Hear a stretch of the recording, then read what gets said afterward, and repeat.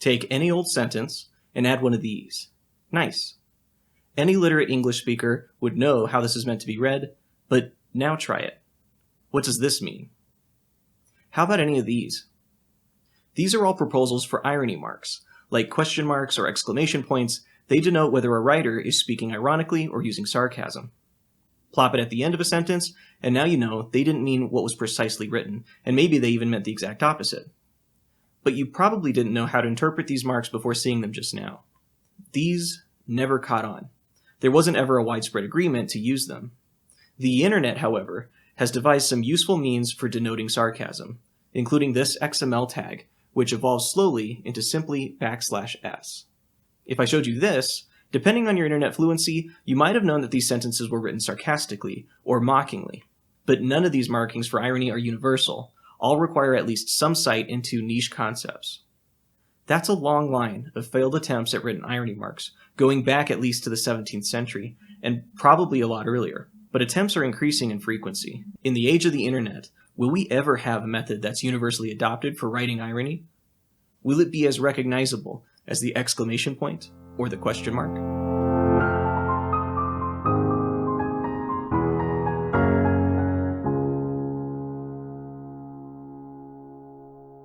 This is Loops, the show where we take a source topic, find connecting topics, and then work our way back to the beginning to complete the loop.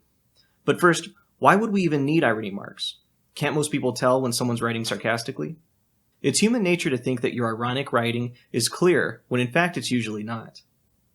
In a 2005 study, participants chose 10 of 20 statements given to them by researchers. The statements were from sources that originally either used them sarcastically or not.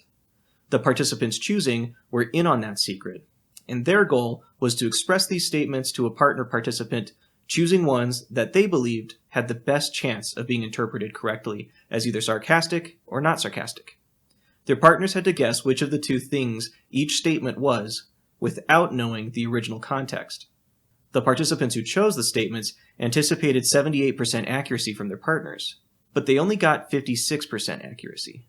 Now remember, random chance or just flipping a coin would be 50%. When the statements were expressed verbally by the choosers and recorded for the guessers to listen to, accuracy went up to 73.1%, which is better, but it's still surprisingly poor.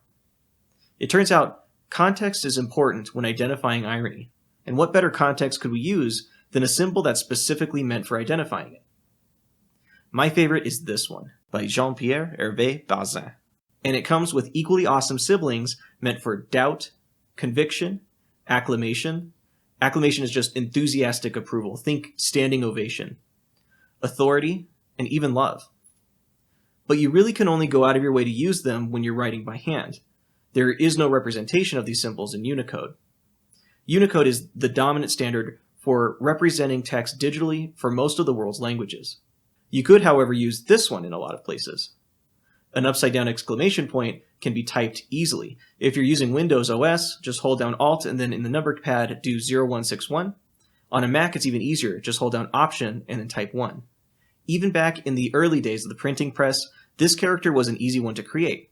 All you had to do is flip over an existing character in the letterpress, and you got the resulting mark. And that's a pretty good idea. But whose idea was it? That's Dr. John Wilkins, Diocese of Chester, aka really smart church guy of 17th century England. His proposal for the upside-down exclamation mark appeared in his most famous work, An Essay Towards a Real Character and a Philosophical Language. There it is, right there. This essay, 454 pages, not including the dictionary that was tacked on at the end, was a proposal for the structure of a universal language. At worst, this would be a useful reference for scholars about language, and at best, it would be a solution for international cooperation. But not all his ideas were as timeless. Wilkin, for example, wanted to send people to the moon. In 1638, he wrote The Discovery of a World in the Moon, and in 1640 he added to it with A Discourse Concerning a New Planet. Both of these were published anonymously, and they were more aimed at the general public as opposed to other scholars. They were meant to popularize the ideas of Copernicus, Kepler, and Galileo. He may have been discouraged by the discovery that vacuums tend to kill things. In experiments like this one, designed by Robert Boyle with the help of Robert Hooke. Hooke and Wilkins probably had a few conversations about this. They were contemporaries, and they were both founders of the Royal Society of London for Improving Natural Knowledge, or simply the Royal Society. In 1645, Dr. Wilkins began meeting weekly with a group of men in London who would collaborate and coordinate their experiments with each other. Upon the founding of the society, Wilkins was elected co-secretary with Henry Oldenburg and attended meetings until his death in 1672. The Royal Society was at least partially responsible for promoting the Enlightenment in England and the work of Isaac Newton. Over the years, the organization has attracted the minds of Benjamin Franklin, who was elected as fellow in 1756, Charles Darwin in 1839, Sigmund Freud in 1936, Stephen Hawking in 1974, Peter Higgs of the Higgs boson in 1983, and many, many more. The Royal Society has touched so much in science and history that it'd be kind of a cheap connection, so let's stick specifically to the foundation of the society. In the mid-17th century, learned society in England was familiar with a particularly future-focused novel. The book was about a Spanish ship lost in the Pacific, and with many of its crew sick, they landed in a port of a strange city.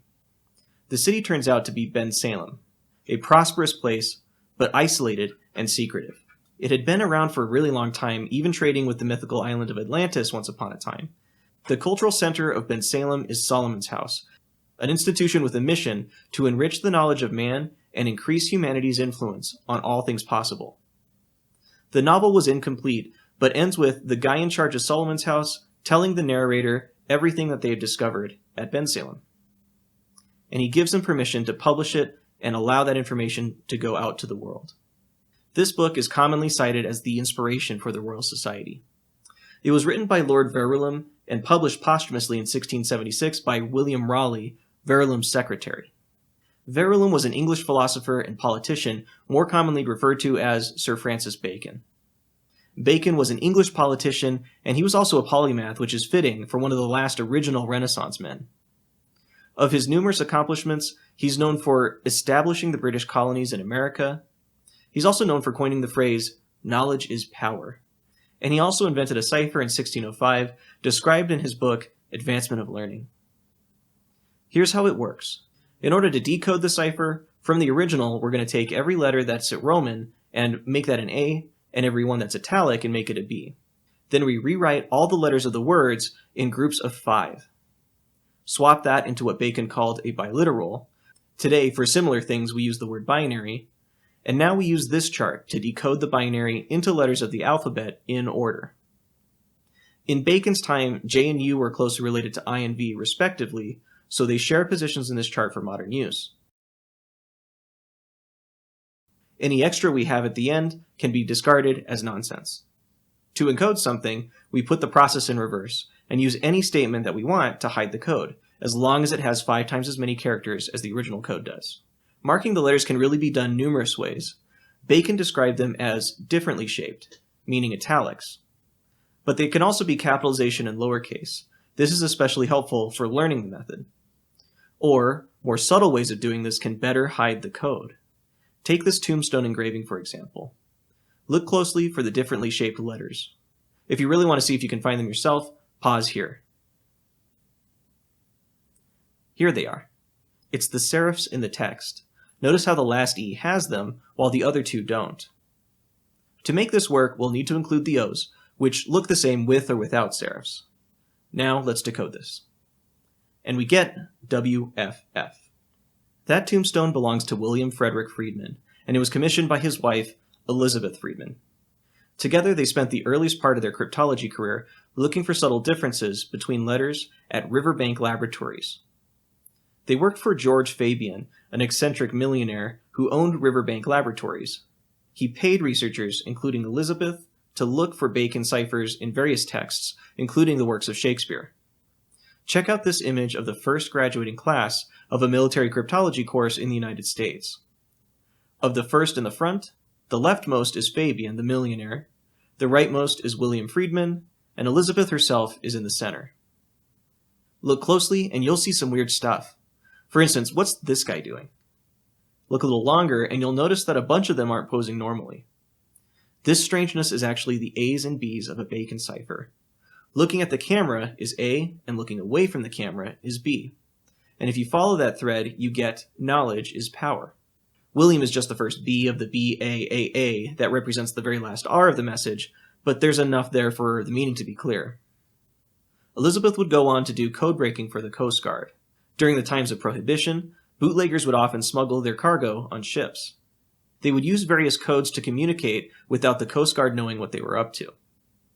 With increasing complexity, Elizabeth's expertise was needed. She even helped to incriminate Al Capone. She would also be critical in the World War II efforts to uncover Axis espionage in South America. Elizabeth would have a lot of her credit siphoned away, much of it by J. Edgar Hoover, who at the time was building a reputation for himself and for the relatively new FBI. When the FBI prosecutor Edward C. Wallace struggled with suspicious letters that were being sent by a doll maker, he requested permission from Hoover himself to send them to Elizabeth for help. Hoover was dismissive of the idea, but without getting a solid no, Wallace sent the letters to Elizabeth anyway. The dollmaker turned out to be Velvely Dickinson. She had been writing fake letters about dolls needing repair to Argentina. When the letters were returned to sender, they didn't go back to Dickinson. Instead, they went back to her customers throughout the United States. It appeared that Dickinson had been writing letters to a Confederate in Buenos Aires with phony addresses on them, hoping that her accomplice would intercept them before they were returned. She forged the signatures of her customers to deflect the evidence and make it seem as though they were all being sent and written by different people. FBI analysis, however, showed that different typewriters were used for each letter, one of which was Dickinson's, but an examination showed that they were all likely prepared by the same person.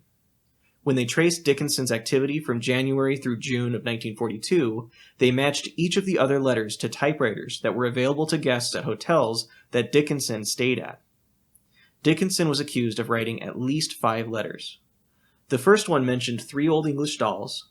One is a fisherman with a net over his back, the second is an old woman with wood on her back, and the third was a little boy.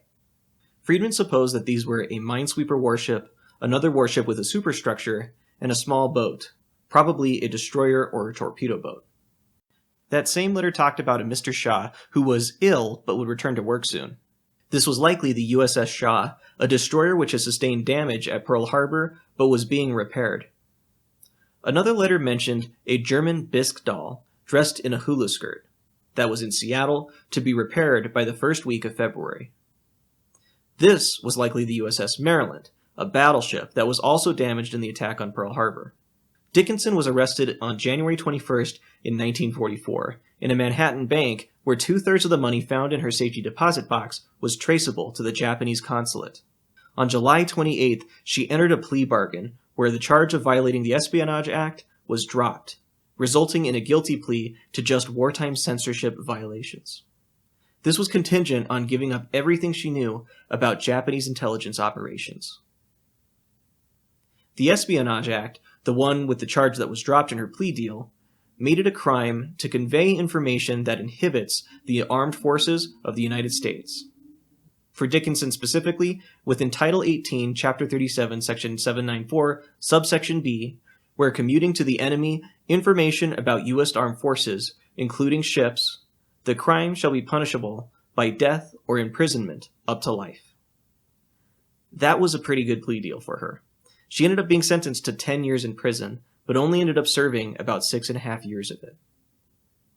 She'd eventually become the friend and secretary of Eunice Kennedy, one of JFK's younger sisters. The Espionage Act became law on June 15, 1917. That same day, Emma Goldman was arrested in her office in New York City. She and her collaborator Alexander Berkman wrote a magazine called Mother Earth, an anarchist journal. Via Mother Earth, Goldman advocated resisting the draft, thus violating the brand spanking new Espionage Act. Goldman had been an outspoken anarchist for about 30 years leading up to this incident. Her political activism was inspired by the Haymarket Affair in 1886. What started as a peaceful protest by laborers in Chicago who were striking for an 8-hour workday escalated to a deadly encounter between police and protesters. At the time, Goldman was 16 years old and living in Rochester, New York.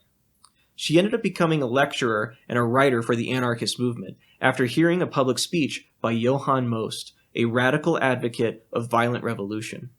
Goldman became his protege and discovered her own oratory talents regularly finding public speaking opportunities. In fact, one of her speeches came up in the interrogation of Leon Czolgosz after he was apprehended for fatally shooting President McKinley twice in the chest in 1901.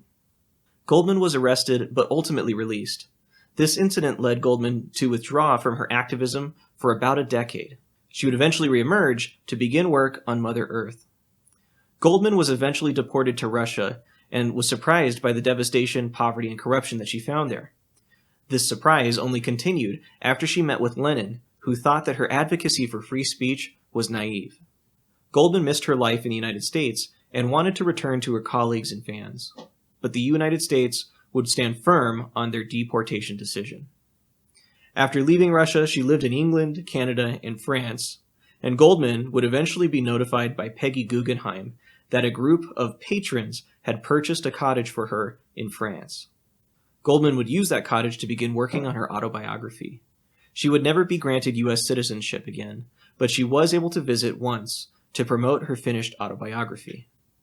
A famous American reporter criticized Goldman's deportation, published her works in his magazine, The Mercury, lobbied the FBI to allow her to return to visit family, and wrote to Goldman frequently. He was also one of the Guggenheim patrons who raised money for her cottage in France. This was H.L. Mencken, a talented but controversial journalist and satirist. He was famous for a lot, but he was very active in reporting a specific case, the state of Tennessee v. John Thomas Scopes, or what Mencken called the Scopes monkey trial. Tennessee had passed the Butler Act on March 25th of 1925, which prohibited the teaching of the theory of evolution in all universities and public schools in Tennessee. The trial was organized by opponents of the Butler Act with the goal of decreasing its public support and also improving the local economy of Dayton. Dayton is a small town outside Chattanooga where the trial was held and is still best known for this trial.